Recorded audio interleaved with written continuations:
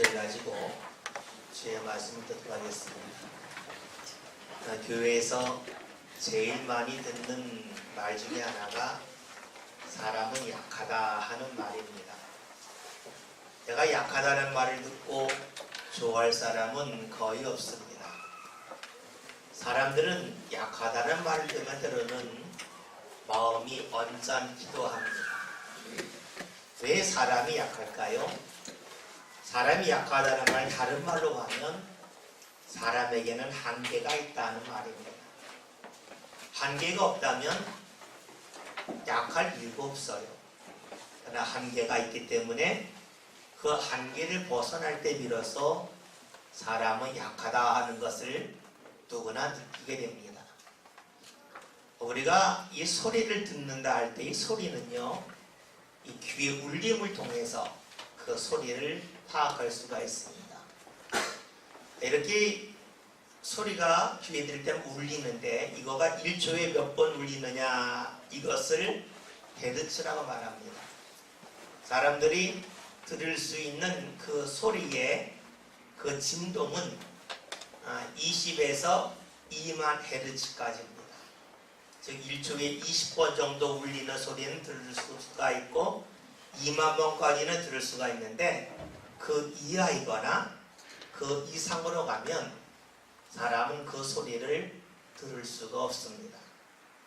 사람의 귀는 한계가 있습니다. 어느 범위까지는 들을 수 있지만 어느 범위가 넘거나 그 범위에 이르지 못하면 들을 수가 없습니다. 사람의 이 귀만 그런 것이 아니죠. 우리 신체에 있는 눈도 역시 그렇습니다. 우리 눈으로 무언가 본다고 그러지만 너무나 작은 것, 잘 보기가 어렵습니다. 또 너무나 큰 것, 그것은 보기는 보지만 무엇인지 구별하기가 어렵죠. 또 때로는 가까이 있으면, 너무 가까이 있으면 보기가 어려워요. 또 너무 멀리 있어도 보기가 어렵습니다. 때로는 너무 어두우면 보기가 어려워요. 또 반면에 너무 밝아도 보기가 어렵습니다. 사람의 이 몸은 이게 한계가 있습니다. 이 한계를 말할 때 주로 사람들은 기능적인 면을 많이 말을 해요. 귀가 들을 수 있는 그 기능, 눈으로 볼 수 있는 범위, 이 기능적인 면을 많이 말합니다. 그러나 봤더니 이렇게 말하는 사람들도 적지 않습니다. 과학이 발달하면 사람이 부족한 기능을 다 충분히 만회하고 더 좋을 수 있다는 거예요.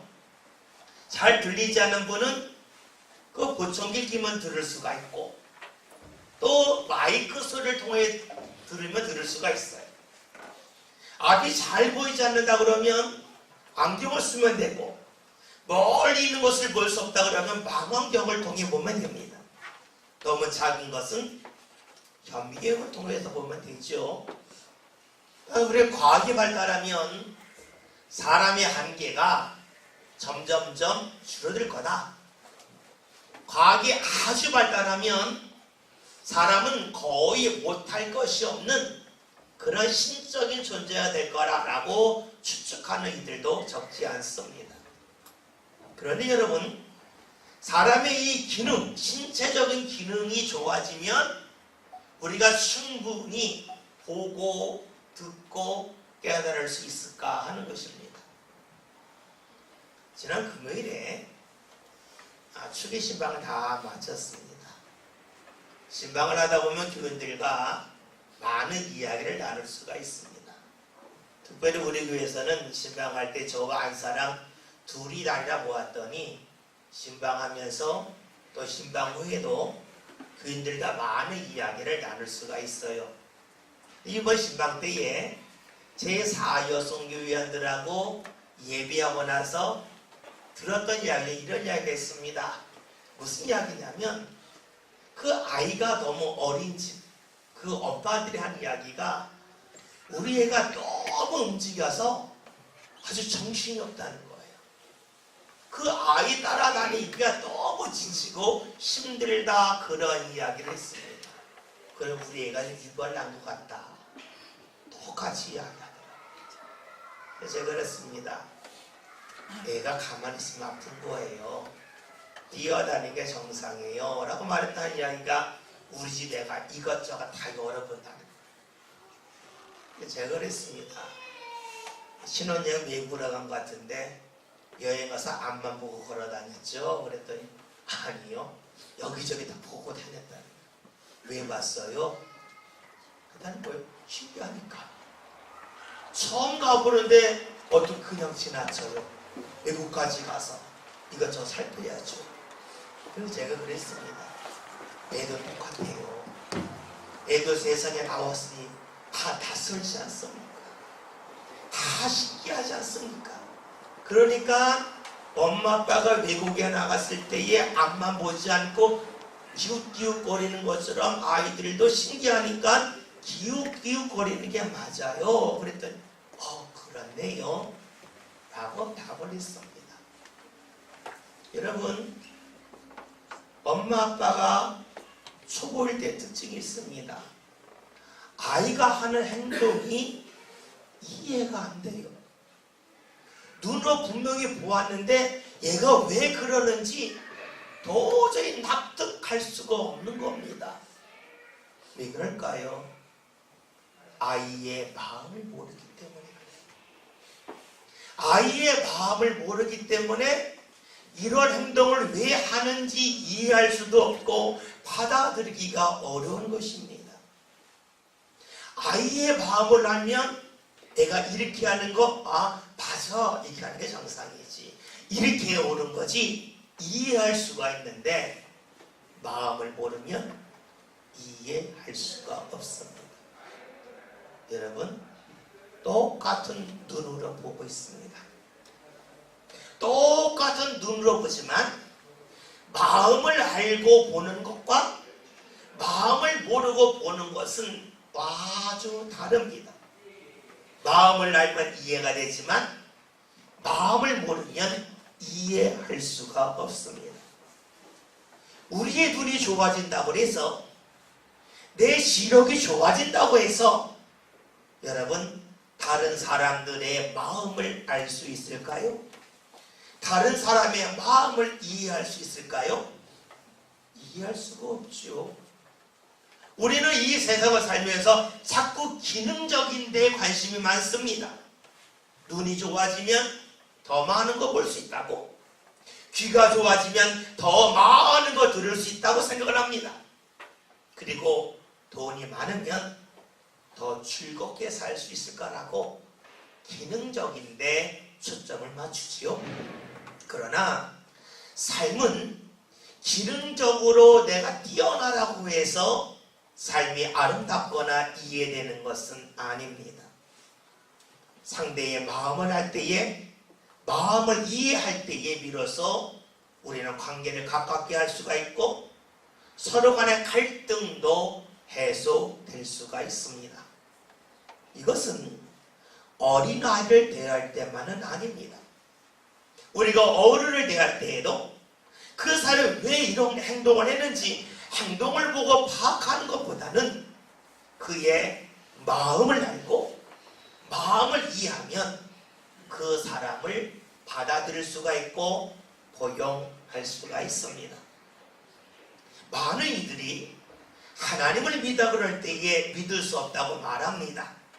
그 이유가 무엇이냐면 하나님을 눈으로 볼 수 없기 때문이라고 말하지요. 내가 하나님을 눈으로 본다면 믿겠지만 하나님을 보지 않고 어떻게 믿을 수 있겠는가라는 질문을 많이 던집니다. 옳은 말처럼 보이지만 우리가 잊지 말아야 할 것은 하나님은 크신 분이라는 겁니다. 여러분, 우리의 눈으로 이 우주가 다 보입니까? 우주를 다 볼 수 없습니다. 그렇다면 이 우주를 만드신 하나님, 그 하나님은 우주가 더 크신데 어떻게 우리가 하나님을 볼 수가 있겠습니까? 서로 우리가 하나님을 보았다고 해봅시다. 하나님을 보았다 한들 우리가 하나님을 믿고 하나님을 알 수 있겠습니까? 우리가 어린아이 보고도 초보 엄마들이 어린아이가 왜 그렇게 하는지 그의 마음을 알지 못하거늘 우리가 어찌 하나님을 눈으로본다 한들 하나님을 알 수가 있겠고 하나님을 믿을 수가 있겠습니까? 우리는 우리의 그 신체적인 기능으로나 우리의 어떤 능력으로 하나님을 볼 수도 없고 하나님을 알 수도 없습니다. 오늘 성경은 이것을 우리에게 정직하게 설명해 줍니다. 말씀을 볼까요? 5절에 있는 말씀을 함께 보겠습니다. 함께 봅니다. 바람의 길이 어떠한가 아이 낸 자의 태에서 뼈가 어떻게 자라는지를 네가 알지 못한 같이 만사를 성취하시는 하나님의 일을 네가 알지 못하느니라. 아멘. 오늘 성경은 아주 간단하게 말합니다. 너희가 이 모든 만사를 성취하시는 하나님의 일을 알 수 없다 라고 말씀합니다. 우리가 여기서 눈여겨볼 말씀은 하나님을 알지 못한다가 아니라 하나님의 일을 알지 못한다라고 말씀하고 있습니다. 하나님의 일을 알지 못한다고 하는 것은 하나님이 일을 하신다는 것이죠. 하나님이 일을 하고 계신데 그 하나님이 일하고 계심을 우리가 모른다는 겁니다. 왜 모를까요? 하나님이 우리가 눈을 감을 때 일하시기 때문일까요? 우리가 볼 수 없는 땅 밑에서 일을 하시고 아주 높은 하늘에서 일하시기 때문에 우리가 하나님이 하시는 일을 알지 못하는 것일까요? 우리가 하나님이 일하심을 알지 못한다는 이 말씀 속에서 먼저 생각할 것은 하나님은 일을 하고 계신데 우리가 하나님이 일하고 계신다는 것을 잘 느끼지 못하고 알지 못한다는 것입니다. 왜 그럴까요? 우리가 초보 엄마 입장에서 보면 알 수가 있어요. 아이가 막 뛰어노는데 왜 그러는지 알지 못하죠? 아이의 마음을 몰라서 그래요. 하나님이 일을 하시는데 우리는 하나님이 일하신다는 것을 잘 몰라요. 왜 그렇습니까? 하나님의 마음을 잘 알지 못하기 때문입니다. 이스라엘 백성이 애굽에서 나와서 그들의 조상에게 약속하신 땅을 향하여 가기까지 40년 동안 광야 길을 지납니다. 광야는 농사 지을 수 없는 데요. 먹을 것을 구할 수 없는 데죠. 이스라엘이 애굽에서 나올 때는 양식을 갖고 나왔지만 그 양식은 얼마 지나자 다 떨어지고 맙니다. 먹을 것이 없었어요. 먹을 것이 없을 때 이스라엘 사람들은 우리가 굶어 죽는 거 아니냐 하면서 하나님께 원망하고 불평할 때에 하나님 모세가 기도하자 그날부터 만나를 내려주셨습니다. 그 만나를 통하여 이스라엘 백성들은 광야를 지나는 동안에 굶주린 배를 넉넉히 채울 수가 있었습니다. 그러면 이스라엘들이 이 만나를 먹으면서 어떤 생각을 가졌을까요? 대부분 내가 배고프니까 하나님이 내 굶주린 배를 채우시려고 이 만나를 주셨거니 하고 다 생각을 했습니다. 이스라엘은 대부분 그랬어요.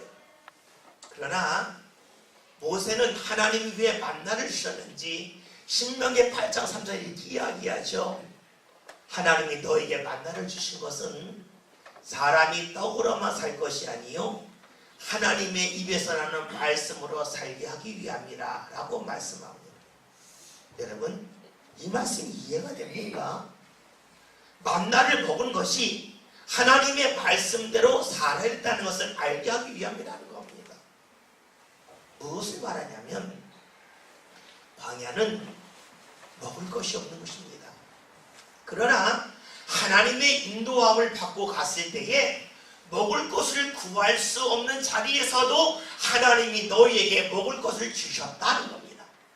하나님의 말씀을 따라가면 하나님께서 너희가 구할 수 없는 것까지도 하나님이 채우시는 역사를 허락하신다는 겁니다.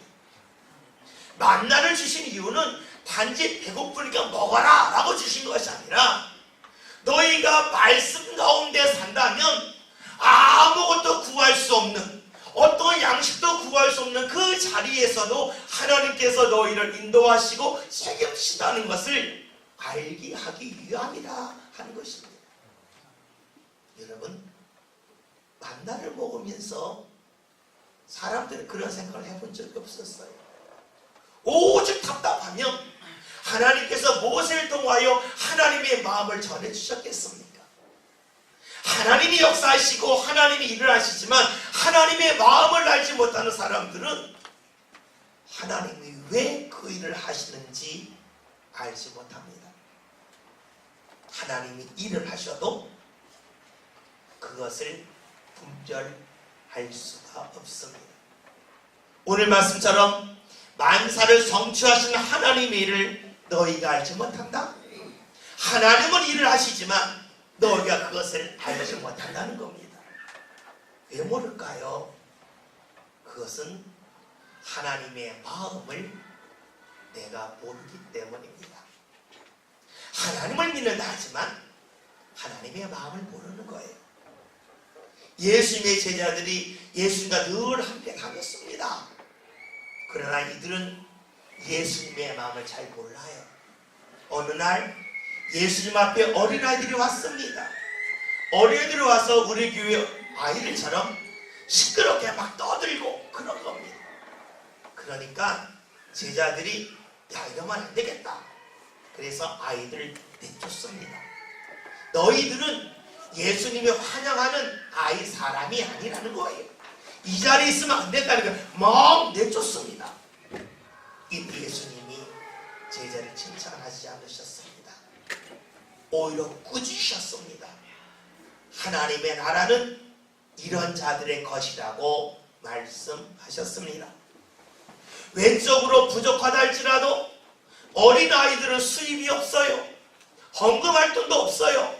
그러나 주님께서는 그런 자라 할지라도 받아들이시고 사랑하시고 아끼신다는 겁니다. 제자들은 무엇을 봅니까? 주님의 마음을 보지 않았습니다. 어린아이가 온들 얼마나 도움이 될까? 외적인 것만 보았죠. 주님과 함께하면서도 주님의 마음을 모릅니다. 그러니 주님이 일하실 때에 그 일을 왜 하시는지 어떻게 알 수 있었겠습니까? 오늘 우리가 주의 전에 나오지만 주의 마음을 알지 못한다면 주님께서 우리 삶 가운데 수없이 또 모든 곳에서 일하시고 우리의 삶을 어루만지신다 할지라도 우리는 그것을 알 수가 없습니다. 우리가 주님이 일하심을, 주님이 나와 함께 하심을 알려면 우리에게 필요한 것은 주의 마음을 아는 것입니다. 그렇다면 여러분, 우리가 주의 마음을 왜 제대로 알지 못할까요? 오늘 성경의 말씀을 통해서 살펴보고자 합니다. 6절의 말씀을 함께 봅니다. 너는 아침에 씨를 뿌리고 저녁에로 손을 놓지 말라.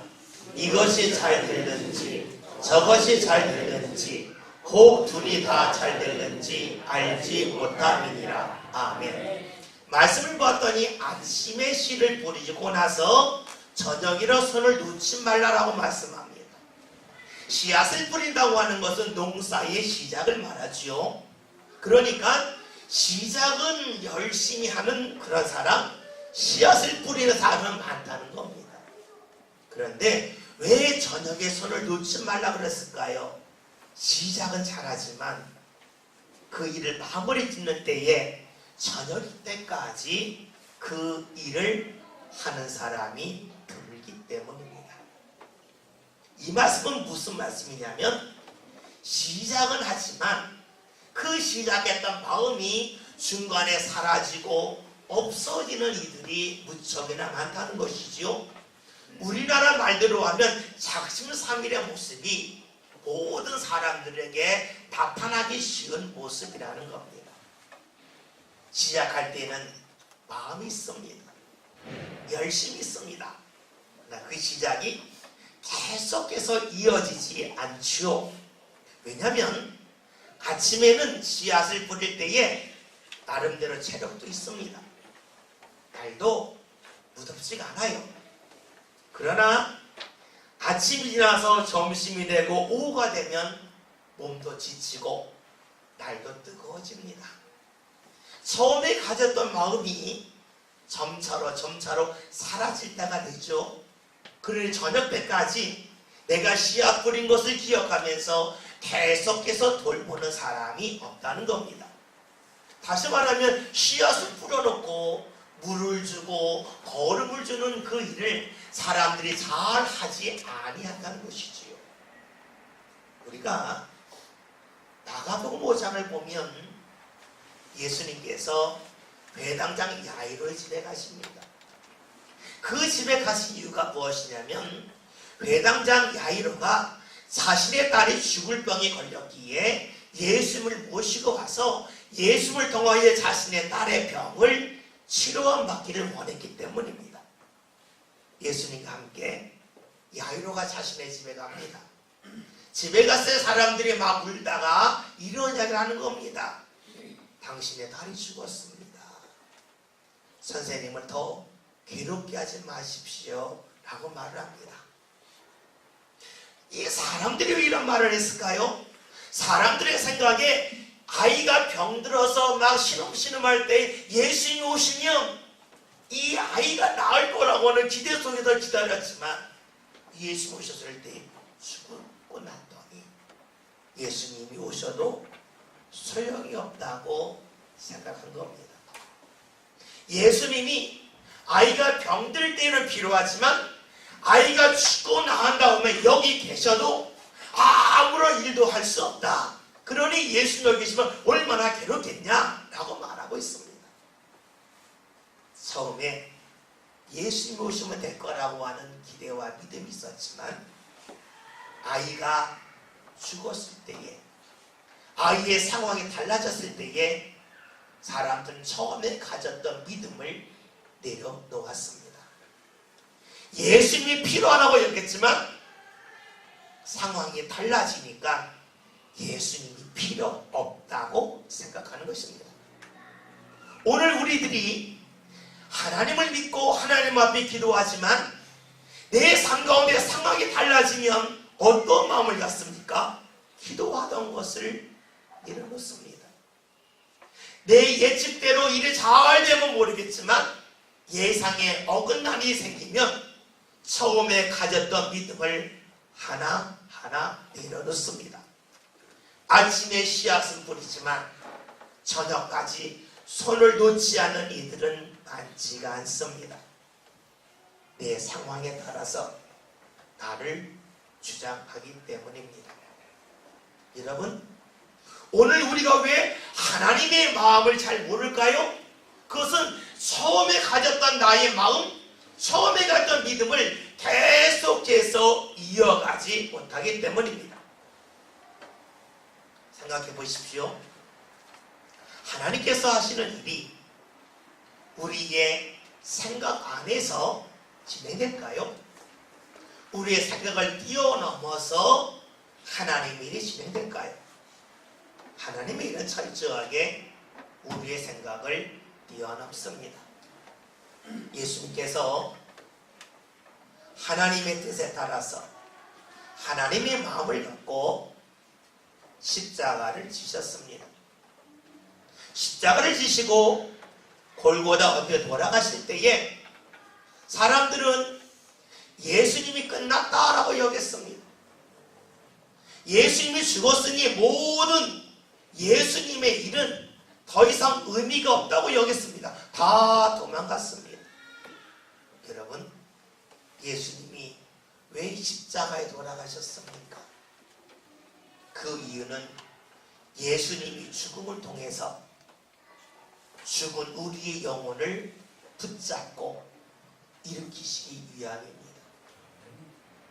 예수님이 십자가에 달리신 일, 세상 사람들이 볼 때 예수님이 하신 일이 꺾인 것은 넘어진 것이 아니라 넘어진 우리를 일으키기 위하여 예수님이 허리를 숙이신 것에 불과합니다.